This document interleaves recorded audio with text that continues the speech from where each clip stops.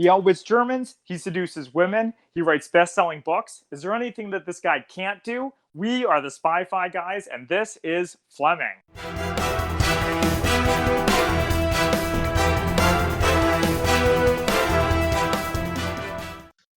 Hello, and welcome to episode 1 of the Spy-Fi Guys, where we are talking about the BBC miniseries Fleming, the Man Who Would Be Bond, starring Dominic Cooper, one of my favorite actors.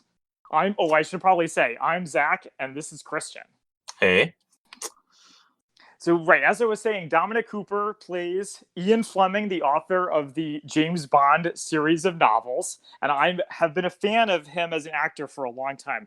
He's the star of the show Preacher, currently on AMC. I've also seen him in the World of Warcraft movie, just called Warcraft, and he appears in movies that I have not seen, the Mamma Mia movies, which I've heard are quite fun. They are pretty fun. Don't forget he also plays Howard Stark in the Marvel Cinematic Universe. Oh, you're right. I bet a lot of people would know him from that. Wasn't he an Agent Carter, too? Yes, he was. At least, I don't remember if it was just season 1 or 2 or both. Right. So we are going to be going full spoiler on this episode. So if you have not seen Fleming yet, so we're going to be covering episodes 1 and 2. So if you haven't seen them yet, go ahead and watch them. We'll be waiting for you. Right after this. Okay, so if you're still here, we're going to assume that you've seen the show or you don't care about being spoiled. They say that you can't spoil real life anyway. So here's how the show is going to work. So we're going to start with a synopsis of the first episode, talk a little bit about the plot, some things that jumped out to us. Then Christian's going to tell us a little bit about the spy fact versus the spy fiction, and then we'll give the first 2 episodes a rating on a scale of 1 to 10 martinis. All right, so here's a general synopsis of the entire series. So from IMDb, it says, look at the 007 creator, Ian Fleming, and his early life set against the permissive society of war-torn World War II London. And episode 1 follows, in London, 1938, Ian Fleming is a dissolute playboy, eclipsed by his war-dead hero father and his successful brother. And that's really all they say, but there's a lot that goes on in this plot. Mm-hmm. So we're just going to jump right in, and we'll sort of talk about it as it goes, and things that jump out to us. So the beginning is a woman in a bathing suit being stalked by a man with a harpoon gun who is revealed to be her husband, Ian Fleming. The beginning is at the GoldenEye the GoldenEye building estate, the GoldenEye estate, that's what I'm looking for, in Jamaica, which of course Ian Fleming famously built. Mm-hmm. So I did like, the beginning. There's a little bit of a Bond-esque music, and you get a real Thunderball vibe with all the underwater scenes. Although it moves a lot faster than Thunderball ever did. Wow, then that's really saying something, considering this is a BBC miniseries. But I do appreciate that they recognize that if you're watching the show, it's because you like James Bond. So give the people what they want, at least to begin with. I gotta say, it's weird seeing Dominic Cooper with a British accent and then with gray hair. Yeah, so this whole beginning part is set in 1952, which is obviously much later than the rest of the movie is set, or show is set in 1938. So this is like it's a epilogue before the actual show starts. Right, and the most notable thing about it is that it reveals that the woman Anne that he's with and that he sort of chases throughout the first 2 episodes and maybe longer will eventually be his wife. Right. So the audience knows what the characters do not. That's true. I never thought about that. Yeah. So I appreciate that. I was like, I know they're going to get together, but the question is how. Mm-hmm. And then we also get to see a tiny little bit of the writing process for the James Bond novels. So 2 things jumped out to me about that. Mm-hmm. So the first is that the only actual line that he writes so far is the quote, "The bitch is dead." I guess language warning on that. Yeah. So that's actually the last line of the actual novel of Casino Royale. So that's probably just the last page of that. So there you go. But isn't it a pretty famous line? Like, doesn't Daniel Craig say it in the Casino Royale movie? He does. It's not the last line of the movie. Yeah. I mean, they changed it around and made that, James Bond, which is also a great end of movie. So I think they wanted to make it more triumphant. Mm-hmm. But yes, Yeah, it's pretty famous. sure. Well, and I think it really summarizes the sort of negative. Well, I don't know if negative is the word I'm looking for. Troublesome aspect of James Bond, the darker side of the character. Right, right. So there was two things of James Bond movies that haven't aged well. That's the racism and the sexism. The racism isn't in every movie, but sexism is always there, Yep. at least in the old ones. And I Hmm. think it's interesting that this show has a lot of that too, and it doesn't always. I feel like they could do a better job indicating that it's not a good thing. Maybe we could get to that a little bit later. Yeah. Well, so I do appreciate they didn't like they didn't try to paint him, Ian Fleming as a saint because he was definitely not a saint. He was Hmm. in some ways kind of a terrible person actually, but he was a great writer. Yeah. Well, certainly he was a patriot and he served his country. So we thank Mhm. him. We thank him for that. And he gave us James Bond, but certainly his views on women are not what we would call acceptable in 2019. Right. So that was my first observation. Then my second observation is that his wife calls the James Bond books pornographic, which the James Bond movies are tame by 2019 standards, let alone the books. Right. But I guess in Actually 1950 they were real trendsetters. they were definitely. Yeah. So Mm-hmm. moving on in the plot, next we see, him and his brother Peter Fleming skiing, and I got some real On Her Majesty's Secret Service vibes from that. I'm finding amusing just how, I mean, you're right. They are playing this up for the James Bond fans, and really making a lot of direct references. But so being a Bond fan, I'm enjoying all these references, but it may be a little too much sometimes. Well, fortunately, they kind of get away from that after the skiing. That's true. And I did think it was funny how Ian does something James Bond never will do, which is just kind of fall off his skis after trying a daring maneuver, That's true. jumping off the That's top. Yeah. No, you get the difference between fantasy and reality with that. Hmm. So then after they're done skiing, there's a scene where the two of them on a train, and Peter Fleming is played by Rupert Evans, who's another actor that I'm a fan of. You may Mhm. recognize him. He was Frank in The Man in the High Castle. Ah, And he was also the new agent whose name I'm forgetting, the new guy, the audience inserter in the Guillermo del Toro Hellboy movie, aka the good Hellboy movie. that's So right. he's been around. And so anyway, so the two of them were there, and this woman, this hot blonde chick, comes up to them with a book, and we all assume because Ian Fleming's the famous writer that she's going to want to talk to him. That is Hmm. not the case. Yeah. So I looked this up. I didn't actually know that Peter Fleming was also an author, but he did sort of more Mm-hmm. nonfiction stuff rather than fictional stories like Ian Fleming did. So I sort of had an observation, which I guess I will bring up now. This is fast forwarding a little bit, which is, Hmm. does Ian Fleming have any male friends? Probably not. Well, actually, I mean, in real life, he had some, but not. It was mostly women. I mean, that he So surrounded yeah. himself with. So I should point out, I've only seen episodes 1 and 2 for the Hmm. purposes of recording. The people he hangs out with are the women that he gets with, his brother, his family, and his coworkers. So we don't see any male friends, which I thought was interesting. Yeah. But maybe we can get into that a little later. So I also have he has dinner is dinner with is that his boss Yeah, at his that's stockbroker lunch. job? Yeah. Yeah. Lunch. Okay. Yeah. And he's like checking out the hot chicks, including Anne, Hmm. which the audience knows he'll eventually marry. And that's the And first time he then sees Anne. right. Yeah. Hmm. So that's very him. And then he goes to a bar, which is one of my favorite parts of episode 1. Oh. Well, I mean, yeah. Do you know what I'm talking about? When he orders the James Bond martini, The Vesper Martini and gets a beer. right? Which I thought was interesting because it was like the inverse of the classic. I think it was Louis C.K. comedy bit where in the movies you walk up to a bartender, you say, "Give me a beer," and he just gives you one. In real life, the bartender would say, "Well, what kind of beer do you want, tough guy?" Whereas it's like, I don't even like it was funny, but I didn't understand. Like, does Ian Fleming know this bartender? That the bartender would just uh, hand him a beer? no, I think it's, he's I mean, it's a dive bar, so they're not gonna make him a fancy martini, so they may only just have beer. So he's, putting on air saying, "Get me this," and then they maybe just have one type of beer. I mean, this is World War II London during the Blitz, so the supplies are limited. Yeah.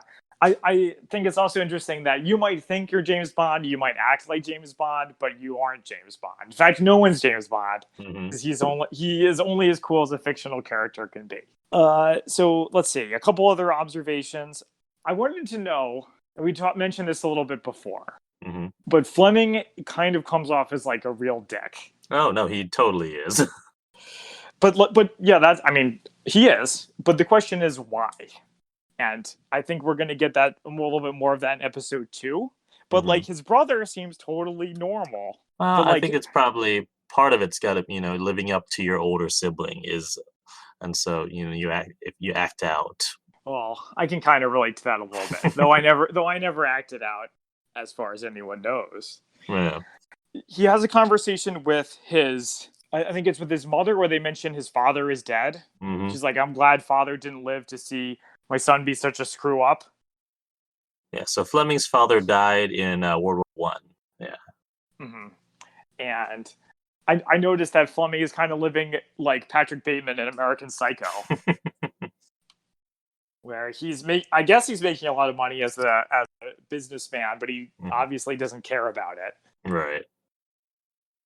Yeah, so look this up a little, and so he was a stockbroker, and actually, even before that, he was a journalist for Reuters. But I'm not sure if he was actually this terrible at being a stockbroker as they portray it here, or if that's just like some artistic license.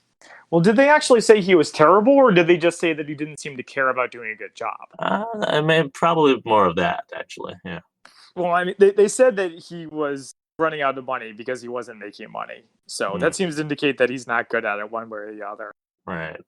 They also make a reference to him being in the military, washing out. Yeah, I don't know offhand whether or not that's true or not. So that's an interesting thing that I didn't necessarily know about. Okay. So anyway, there's a scene in the library where he buys a copy of Mein Kampf from an actual Nazi. And there's some question about what's up with that. And quite frankly, I found his explanation that he's a collector and he likes to collect things to not be extremely convincing. Yeah, well, if it's a first, collectors of first editions collect any first edition, really. It's not necessarily, I mean, let me rephrase that. At that time, first edition Mein Kampf would probably be very valuable. Yeah, but you could see what kind of deep shit it got him into. This is true. Well, or did it? Because he just ended up with a job. Yeah, well, okay, so that was another thing that I noticed, which is that for Fleming, as well as for his stand-in character James Bond, things just kind of work out for him. Right.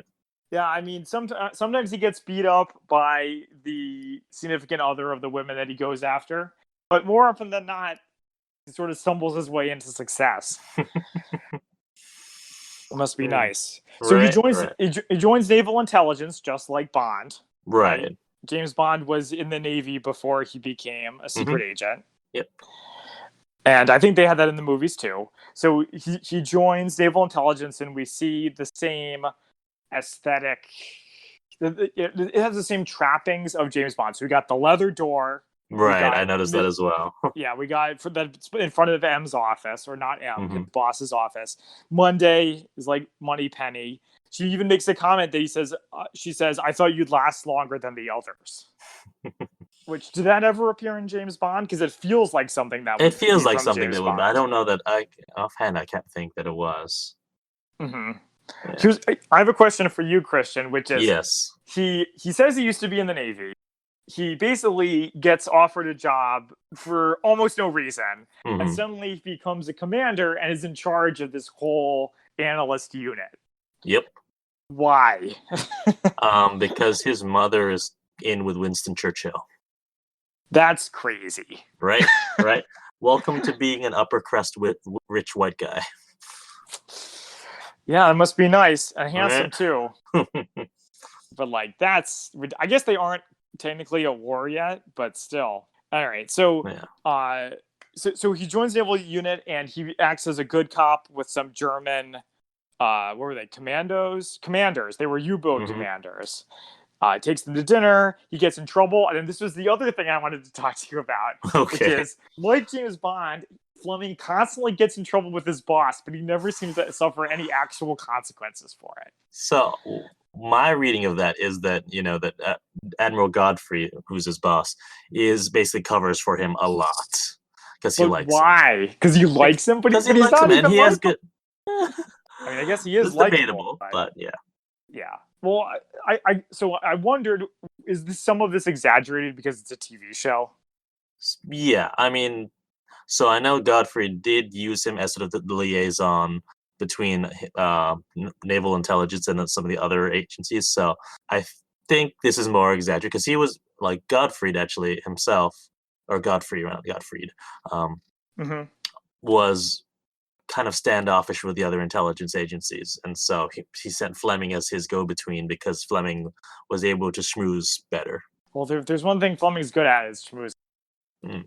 Well, it struck me as a thing that we see in television a lot, which is maybe there's a more technical term for it, but I call Mm. it the smart asshole trope. Which is obviously the quintessential example of it is Dr. House on the TV show Mhm. House, where he's a huge douche to everybody that's around him except for his friends. But he's really smart. He's really good at his job, so he never gets fired. Hmm. And to be frank, I'm not sure that that is something that is really true in reality. Or at least I Right. like to think. I think we'd like to think so, but I don't Right. know. Okay, so what else do we have here? So end of episode 1 ends Well, with hang that. on. Oh, you got Oh, more before that? well, just the very end is him doing another James Bond very uncomfortable in 2019 thing, which is where he like goes after a woman, and I do mean go after, like he starts touching her, even though she's like, "I'm not interested in you," or am I? Yeah, just a lot of uncomfortableness with that. So Mhm. right, so we don't need to say anything more about that, but the part where he's like kissing Anne while bombs literally explode to the windows next to them. Yeah, Does that have any basis in truth? probably not. I mean, Okay. it's beautifully shot. Like, just it's a beautiful imagery of sort of the Mm-hmm. impact of their first kiss. But yeah, no, that's it. No, probably. I'm pretty sure that's entirely fictional. Okay. Well, you got to feel bad for Muriel, who we haven't mentioned yet. Hmm. Is this blonde woman that he gets together with, but he obviously doesn't seem to care about her that much, but he keeps her around. Hmm. So more on her later. Okay. Yeah. So we're on to episode 2. So, synopsis for episode 2. Lisbon, 1940. Neutral territory. The British mingle with the Nazis. Fleming is with Gottfried and Monday on a diplomatic meeting.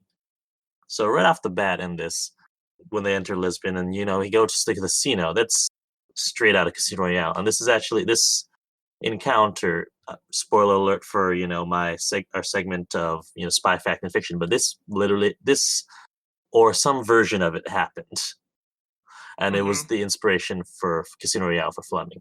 Okay. Well, I guess I have follow-up questions about that, but I'll wait Yeah. until the end to Okay. ask you that. Well, I will I say that the dead Nazi thing didn't happen, but the playing cards with Nazis did. Well, debatable. Okay. I liked the comment that I'm sorry, what was his name? Admiral Godfrey. Godfrey Mhm. says best behavior Fleming. That was very James Bond. Mhm. And I kind of feel obligated to point out. I thought they were playing poker at first, but it turns out they were Oh, playing baccarat. yeah. Okay, so when he pushes all of his chips into the middle, Mhm. and it's this big dramatic moment, and then loses. Okay, so I'm not like a gambling expert, but I'm pretty sure All right. that if he loses that hand, the only thing he would lose would be the same amount of money that his opponents put in. I think. Well, so here's how baccarat works. Okay. You have to match. Mm-hmm. So in this version, which is more Chemin de Fer than baccarat, um, someone plays as the house, and the house is who backs it with their money, and they will decide how much the bet's going to be. Um, and then if you're the player, Mm-hmm. you say banco. That means I will accept the bank, and I will accept the bet. So they had to match him. So they would have lost all of it, or he would have lost all of it. Yeah. But the Nazis didn't have enough money to back him. They And only had what they had. So I mean, you just write a check for, like they would have, said, all right, I need more money. It's assumed that if you're, paying out the banco, that you have the money, or you will give the money, which is actually a plot point in On Her Majesty's Secret Service, where Tracy says banco and doesn't have the money, and so Bond rescues her with the rest with the money. I see. Yeah. I see. Yeah. So I was a little bit confused with how that was working. So again, like we mentioned before, he basically loses 100,000 pounds, or maybe 10,000 pounds. Oh, 100,000. It was 100,000, yeah. And he like doesn't. He gets like a little bit chewed out, and that's it. Well, I That's mean, even ridiculous. Monday says, it's only money. It's completely replaceable. It's like, really? Well, I mean, you know what they say about like black budgets and stuff, but still, you think he would have at least gotten chewed out a little bit longer. Okay, but anyway, so we have the Nazi getting assassinated by two people, one of whom claims to be a Jew on the run, which I actually didn't believe her when she said that. Oh, really? Why? Because just that whole scene didn't make any sense. So, like, who was the other guy she was with? And if the guy ran away after killing the Nazi, why didn't she do the same thing? Good question. I don't know. So I thought my sort of read on the situation was her and this guy killed the Nazi for their own reasons, and then when Fleming was a witness, she gave him like a sob story so that he wouldn't turn her in. Interesting. I didn't read that, but it could be. Especially because she was like, I'm in trouble. Help me, and then we never see her again. Or maybe we do in a later episode, but somehow I doubt it. So, anyway, let's see. Anne invites him to a tea party. So they're like friends now, I guess? And her husband seems to know him too? Yeah. Well, I mean, in this sort of upper crust society, everyone knows everyone, or at least, it's one of those things. Yeah. But they make out once, and I guess they're friends. And it's like really awkward and weird. Okay. Well, I mean, like, I guess the British upper class do things differently because they play like this sex game with a blindfold, where he goes around kissing people. Not a sex game, but yeah, it's a blindfold game. Close enough. It's close enough. Apparently, well, so I don't know this. I don't know if this is real or not, but like, what's her Anne's friend Bill is like, it's tradition, the most eligible bachelor has to kiss all the women blindfolded. I'm like, okay, that's a weird tradition. Except he's not really a bachelor because he's with Muriel. Yeah, well, I mean, unmarried. Okay. Well, that's like the vagueness of, bouquet toss at a wedding. Is it, if you're single, or is it if you're not married, or what? So who knows? That's a good point. I mean, Jews don't do the bouquet toss. All right, well. I can't really comment on that. So let's see. Yeah.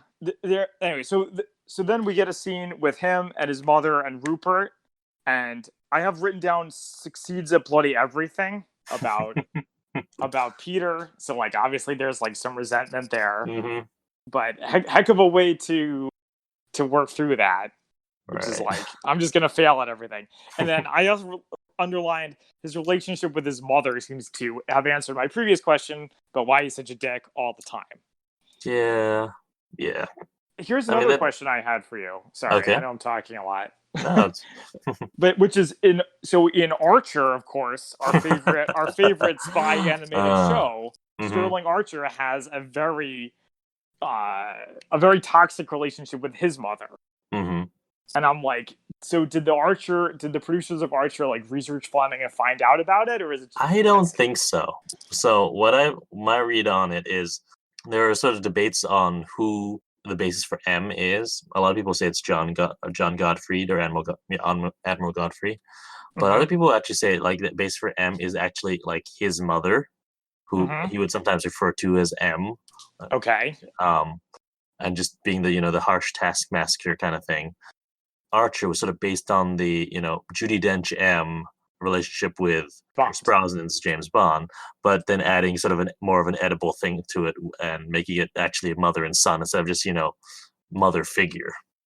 Okay, so like not just all right. All right, I could see that. Okay, well, I was going to say in the same scene, Hmm. he says there was the Swiss girl. I think it was a Swiss girl. He was in love with. He was going to marry her, but his mother stopped the engagement. Hmm.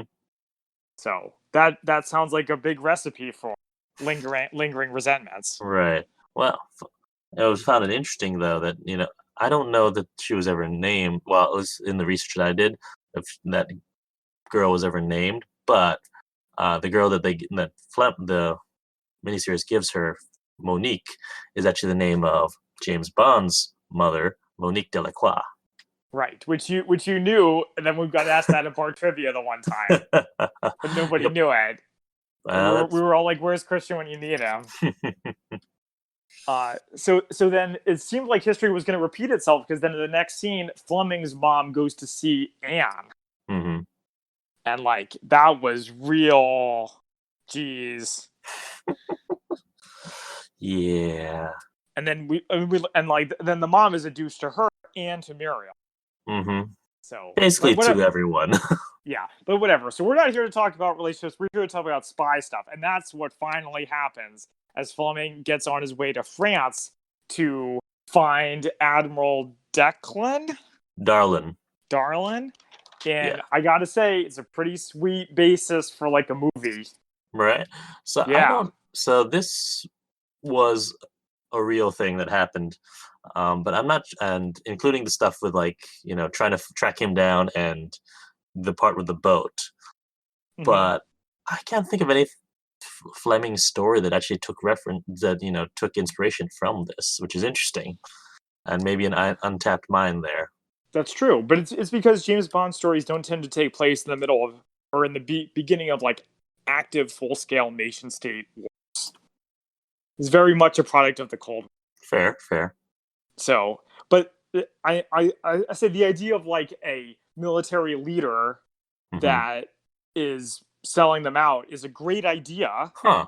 that I wish we and it reminds me of Heart of Darkness / Apocalypse Mhm. Now Right. and The Rock.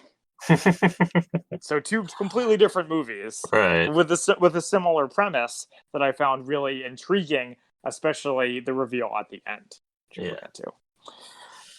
So I like Fleming had a couple of lines that I liked. I liked when he said we're going to need a much nicer car. That's very James Bond, and he said Yeah. don't make any stops at casinos. Well, I think after that incident in Mm-hmm. where was it? In Lisbon. In Lisbon, yeah. He Yeah. became notorious for that. Mm-hmm. Well, yeah, that's what we call in comedy a callback for Yeah. professionals at home. So I like the scene of them of the was it the British embassy workers destroying documents. Hmm. That's very reminiscent of the beginning of Argo, where you had That's true. American Yeah. No. embassy Yeah. Hmm. workers. Well, that's just what happens anytime an embassy falls. Is that Right. there's going to be intelligence documents in there that need to be destroyed. I feel Hmm. like that's like fairly known, but it's interesting that they didn't like they weren't able to destroy everything. I got the Hmm. impression, which is Also, like, that they seem sort of hesitant to destroy everything too. mhm. I guess there was still sort of uncharted territory for Yeah. them. Right. Hmm. Another comment he says to his driver all or nothing, Hmm. which if I recall my James Bond correctly is the Bond family motto. Not quite. So, Bound family motto is orbis non sufficit, which means the world is not enough. What Oh. you're thinking of is everything or nothing, Hmm. which is what supposedly the acronym EON stands for, which is the name of the production company that produces the Bond films.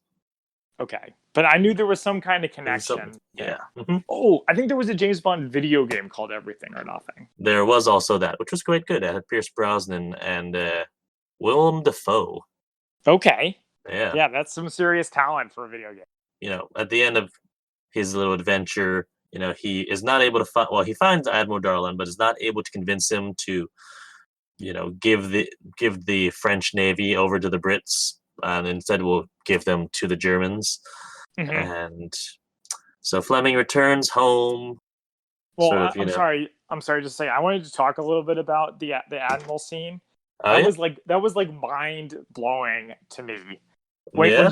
When he was like, yeah, the Germans are going to conquer us. Maybe it's not so bad. Maybe we can have like a pretty good time. Maybe they're like our new friends now. Hmm. We've seen a lot of like Nazis. We've seen so many Nazis be killed in fiction Mm-hmm. and so many evil speeches for them. But that one kind of stands out to me because it's like, Yeah. Well, it's maybe if you had an army bearing down your country, mhm. who's to say you wouldn't do the same thing? I mean, you'd like to think you wouldn't, but he actually had to make that choice, but he made the wrong choice, obviously. Yeah. Well, Is there any truth in the sort of indication that he was like almost a collaborator? I don't know. I'd have to do a little more research on Admiral Darl because I didn't actually know too much about him other than like that this apparently happened. And So it's like one of the few times that Fleming actually went out into the field and did something. did they actually sink the French fleet? I don't know. I don't know. That's something we can look up and update on the next episode. Yeah, as you guys can hear, this is a very professional podcast. We really have done our preparation. Okay, so there's a couple more scenes with the women in Ian Fleming's life. I have a quote from a scene that fails the Bechdel test where Muriel says, "I don't know why I fall for a man like that," and then Anne responds like, "I don't think you're the only," something along the lines of, "I don't think you're the only one." You won't be the first and you won't be the last. Yeah. So, but it's like, see, what's interesting is that Anne seems to know what the deal is with Fleming, but somehow ends up anyway. Yeah. No, they had like from what I've read, they had a pretty tempestuous relationship. So this is not maybe too far off from fact. Who's the one talking about a gilded little birdcage and then says it's over? Was that Muriel or Anne? I think it was Muriel. Probably. No, I'm sorry. Okay, it was Anne because there's this whole speech, and then he's like, "It's over," and then he goes home to Muriel's house, and she's dead. Right, killed in the blitz from a bomb. Yes. Oof. So that's like some bad timing. But you know what though? It was never gonna work between them. Yeah. He didn't care about Muriel, obviously. So apparently, real life Fleming was actually very heartbroken when Muriel died. And she's sort of the inspiration for, a lot of the tragic, deaths of Bond girls that have happened. Well, he had a heck of a way of showing how much he cared about it, based on what we've seen in the series. Right. And so then he goes back to Anne's house, and then there's like setting like domestic violence scene. Yeah. But I guess she's into it. I don't know. So it works out. Yeah. I don't know. I gotta say the BBC had some guts putting that that in their show. Okay, and then let's see. The last comment that I have on this episode is that so I guess he's together with Anne and he goes to see his boss and he has a bloody good idea, which is to send soldiers into Germany to spy on Germany. So it's like, how is that a bloody good idea? It's the British. They've been spying thousands of years. So what's the brilliance there? Like Ian Fleming obviously didn't invent spying. So like no, but he invented. So we'll find out more about them in the next episode of sort of what exactly they were. But it's they're more ruthless basically than your average spies. They're half commando, half spy basically. Oh, you almost might call them a secret agent. Rather than your traditional spy. Exactly. Okay. So that's all I have. The first couple episodes. Well, we're supposed to do fact or fiction now, right? Yeah. So now we can do some spy fact and spy fiction. So as I said, a lot of the detail, or at least a lot of the events that take place in this or are portrayed in this are real. It's just some of the details they fudge. Like, so the very beginning, we have him writing Casino Royale on his honeymoon. He actually wrote it leading up to his wedding. He was sort of a way to deal with, cold feet and his anxiety, and he decided he was going to try to write the greatest spy novel ever written. That's interesting. So that was interesting that they sort of shifted that time-wise. Another thing, so as I said, Admiral Godfrey was the base for M, but Monday doesn't appear to have existed at all, actually. Oh. Yeah, so that was just thrown in there so that, you'd have a Moneypenny reference. There are people who were the inspiration for Moneypenny, apparently, but none of them was the secretary to Admiral Godfrey that I know of. Well, I did like how the analyst unit that he worked in were all women, because that was very true. Yeah. I mean, maybe not 100% women, but certainly women did do that job. Yeah. Well, it was interesting that they were all women, even though the war hadn't even started. Well, the war. Okay, for America, the war hadn't started till 1941, but for the rest of the world, what's the actual timeline for when it? Who's to say when it started? Well, yeah, this would have been after. I mean, so if France was falling, then Britain was at war, and I would assume the draft is on. So there you go. And certainly, if they're in a military unit, then the men have been on their way. All right, so more spy fact and spy fiction. Oh yeah, so a lot of the details that that talking about Fleming, like that Admiral Godfrey mentions about Fleming, Fleming also put on into the Bond character. So smoking his Moreland cigarettes. That's something from the books. That Fleming was expelled from Eton. Just Bond was also expelled from Eton. One of the things he does is he throws down the folder 51 ideas to fool the Nazis. So this is a reference to something which is called the Trout Report, which is circulated by Godfrey, of basically ideas to trick trick the Nazis, and including that reference to the man who never was, where you stuff a dead body with all these papers, and that's something that actually happened. Right. But so Godfrey, officially Godfrey is the one who wrote it, but everyone knew that it was actually Fleming who wrote it because it sounded like Fleming. All right, so that's what I've got for spy fact and spy fiction. All right, I want to do one last observation before we get to reviews, which is the beginning of every episode starts with a typewritten phrase of him saying, "Everything I write has a precedent in truth," which to me is hilarious. Having known where the James Bond series eventually ended up going, even the more grounded Daniel Craig era was still pretty out there. Well, I mean, I'll say his books are actually pretty grounded. Most of his books are pretty grounded. And it's actually, if you, I've seen there's someone on Facebook who I saw who's doing an interesting rewatch of reading the books in order and then watching the corresponding movies. And so because the movies were filmed completely out of order of the books and with completely different actors, it's an interesting thing to see. And also just all the changes that were made. Like Moonraker, the movie, is completely different from Moonraker, the book. Does he still go into space in the book? Nope, no, not at all. Well, it's more like investigating a rocket launch, and that's So yeah, okay. So next is time for our rating. So would you like to rate first? Sure. So I will give this 7, or shall I say 007 martinis out of 10.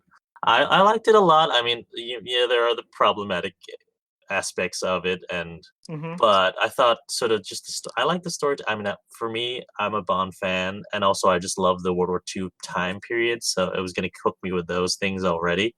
And I thought, Dominic Cooper he might not look like Fleming.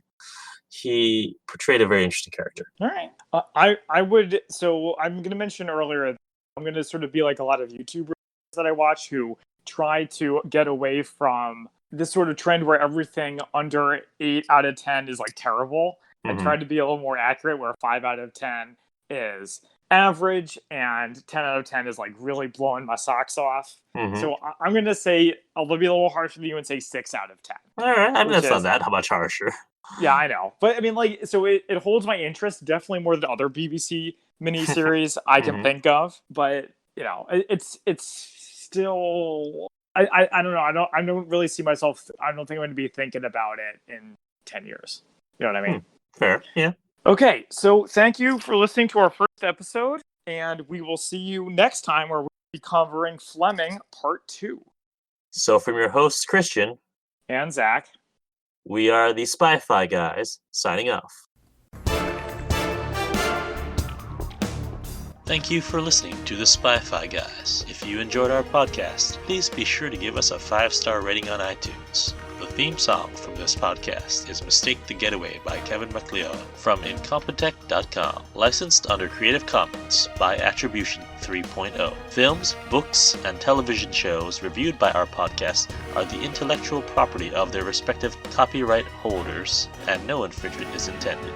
This is a personal podcast. Any views, statements, or opinions expressed in this podcast are personal and belong solely to the participants. They do not represent those of people, institutions, or organizations that the participants may or may not be associated with in a professional or personal capacity unless explicitly stated. Any views or opinions are not intended to malign any religion, ethnic group, club, organization, company, or individual. You can find our podcast on social media at The Spy-Fi Guys on Facebook, Twitter, and Instagram.